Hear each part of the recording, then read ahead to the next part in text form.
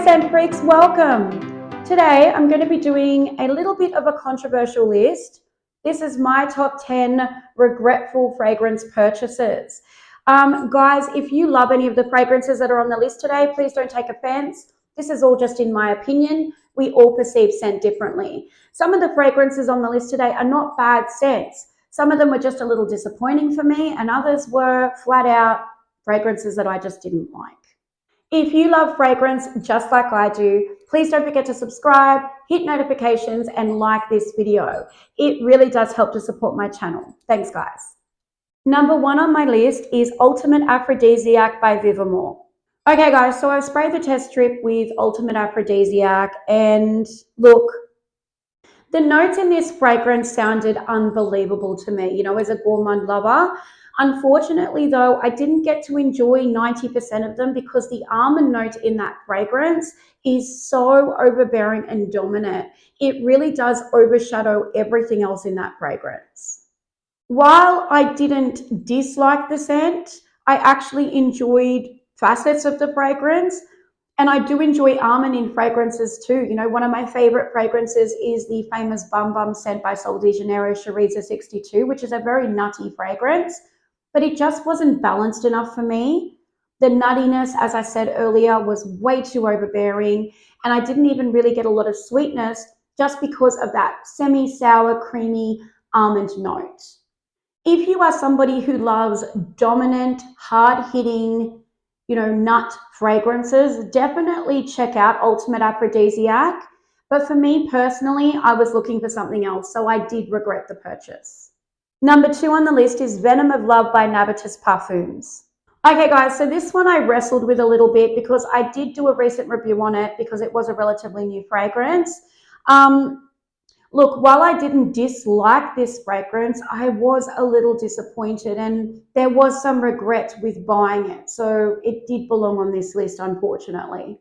While I definitely got a dark, moody, brooding cherry fragrance that was really pleasant, the chocolate note in the fragrance was like a dark cacao, you know, sour chocolate. I didn't get that milky, creamy, lactonic, sweet milk chocolate.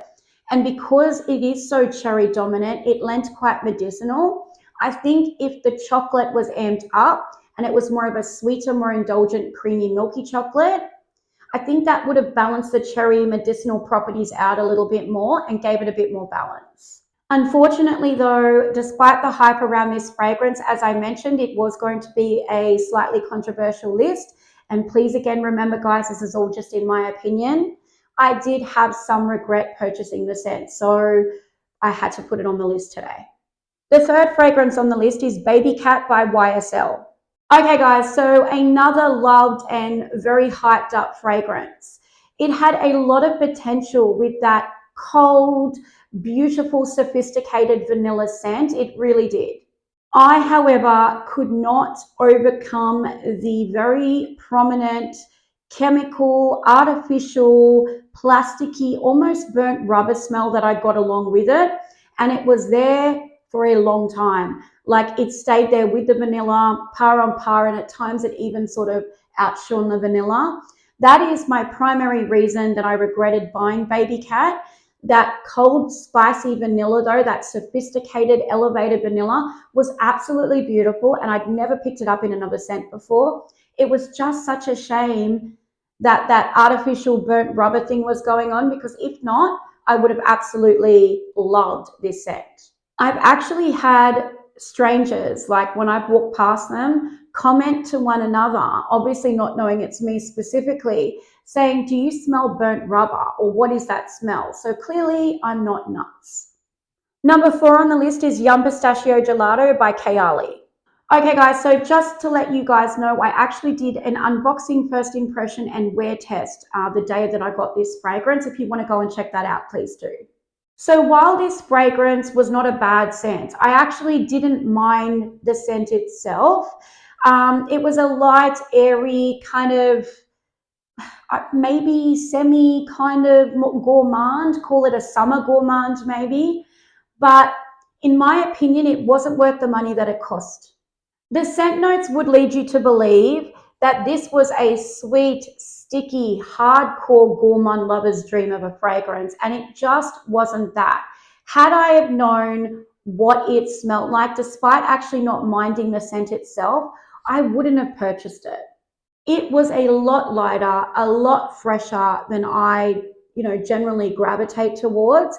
If it was $50, absolutely, but at over 200, I have to be honest and say I do regret the purchase. Number 5 on the list is Lamar by Kajal. Okay, guys, so I told you this list was going to be controversial. I know a lot of the fragrances on this 10 list are very hyped up and very loved fragrances. But again, I'm just going to reiterate, this is all just in my opinion for what I like personally. I'm certainly not trying to speak for everybody. I know there are a lot of people out there that love these scents, and that's what makes us all individuals and unique. So no shade at all, but I do have to be honest.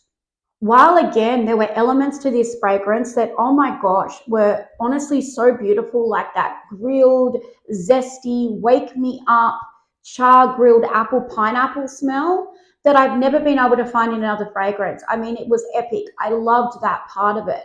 But the overbearing coriander note that I get in it, and it's there. I mean, it does not go away for like 2 hours when I wore it. I just can't get over it. It really does take away that shine from the pineapple. While coriander is not a scent note traditionally that I would stay away from, when it's cranked up to the level that it is in that fragrance, and it's certainly unique, I will give it that, it just does not gear towards my preferred scent profile. And I did regret the purchase, unfortunately. Number 6 on the list is Molecule 2 by Eccentric Molecules. Okay, guys, so I have tried Molecule 2, both layered and also solo, and I don't smell anything. Okay, I know that molecule fragrances are meant to be very linear and they're meant to be like skin scents that others pick up on you. But to be brutally honest, every single time that I've worn Molecule 2, especially solo, I have never got a single compliment. I heavy spray my fragrances too. Like I don't, do a couple of sprays. I'm a heavy sprayer.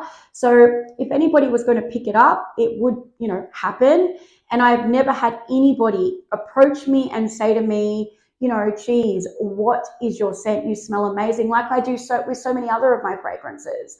It got to the point where I kept hearing people talking about it and how, their husband or their wife or, a stranger or somebody at work came up to them and said what an amazing scent they had on.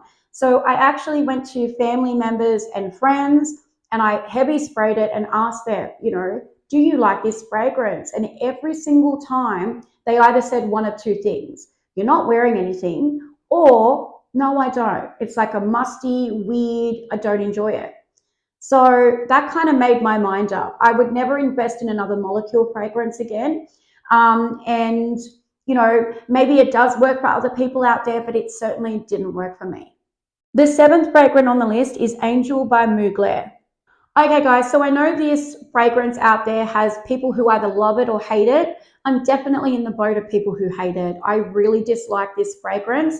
When I read the scent notes of like cotton candy, coconut, honey, I mean, it was an endless gourmand scent profile, but that is not what I smelled. When I first sprayed Angel, I actually sprayed it and then sat down and thought to myself, wait, what? Did I purchase the wrong fragrance? Like that's how totally different it was. I don't get 3/4 of the scent notes that are listed in this fragrance. Instead, I get some sort of a minty, weird pine scent that, as I said, it's weird. It's just a weird scent. Any gourmand lovers out there that are looking for a gourmand fragrance and see the scent profile and go, oh my gosh, think again. It is not a gourmand fragrance in my opinion, and I can't think of a single thing I like about it. That's just the truth.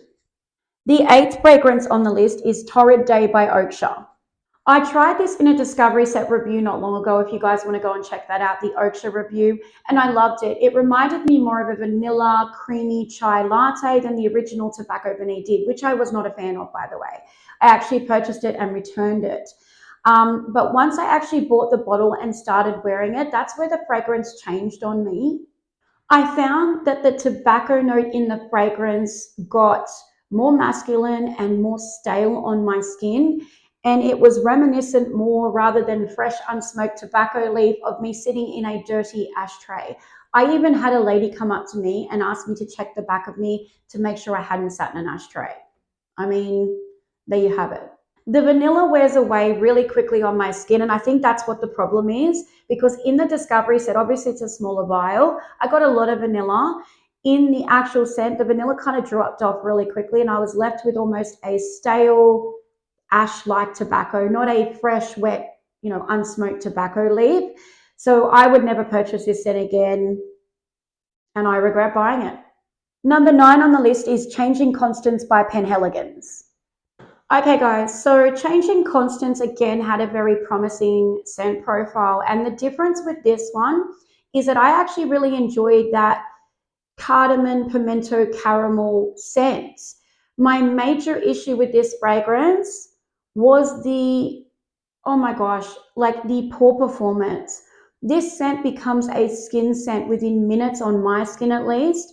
And let's remember guys, this fragrance is over $400 a bottle. I even tried like overspraying it, like even heavier than I normally do. I sprayed like 25 sprays and it didn't make a difference. I swear, like 10 minutes later, I could barely pick it up and others could barely pick it up on me either.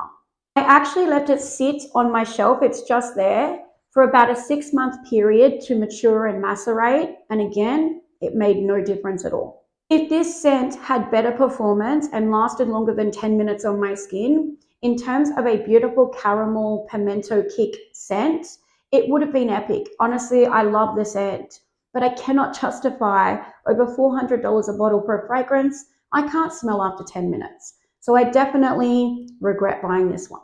Number 10 on the list is Cedrat Boise by Mancera. Okay guys, so Cedrat Boise for me, when I first sprayed it, I really didn't like it. The funny thing is that when I smell it on a male, I actually really like it. But I did purchase it for myself and I can't wear it. So I can't really say that it's a fragrance that I'm happy that I purchased. When I personally wear this fragrance, yes, I get a lot of fruitiness and a whole lot of lemon, but along with that, I get like rubber and like petrol fumes. It just does not smell nice on me at all. The lemon in the fragrance is very sour and citric, but it reminds me again more of the skin of a lemon as opposed to the juicy, sour, yummy flesh. It's very potent, and in combination with that petrol fume type of thing happening, I cannot get over it. I just can't.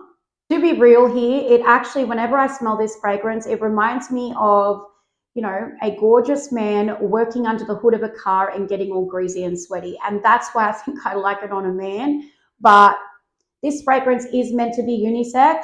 I am a female and I certainly do not like it on myself. However, if you are a gentleman, I definitely like it on men. So definitely give it a go. And as well, if you're a lady and you want to try it, it might smell different on you. But on me, it is definitely a regretful purchase. Okay, scent freaks, so that is my top 10 most regretted fragrance purchases so far. Look, as I said at the beginning of the video, I knew that I was going to be naming some fragrances on this list that a lot of people love. Please remember what I said, guys. I'm not coming for you. This is just in my opinion and what I enjoy in a scent. What one person will like, another won't, and vice versa. Again, it makes us all individuals and unique. So please don't take offense. This is just all in my opinion. If you guys have any comments, don't forget to shoot it in the comments below. And don't forget to tell me what your most regretted fragrance purchases are. I would love to hear them. Thank you so much, scent freaks. I love and appreciate you all, and I hope to see you next time. Take care, guys. Bye-bye.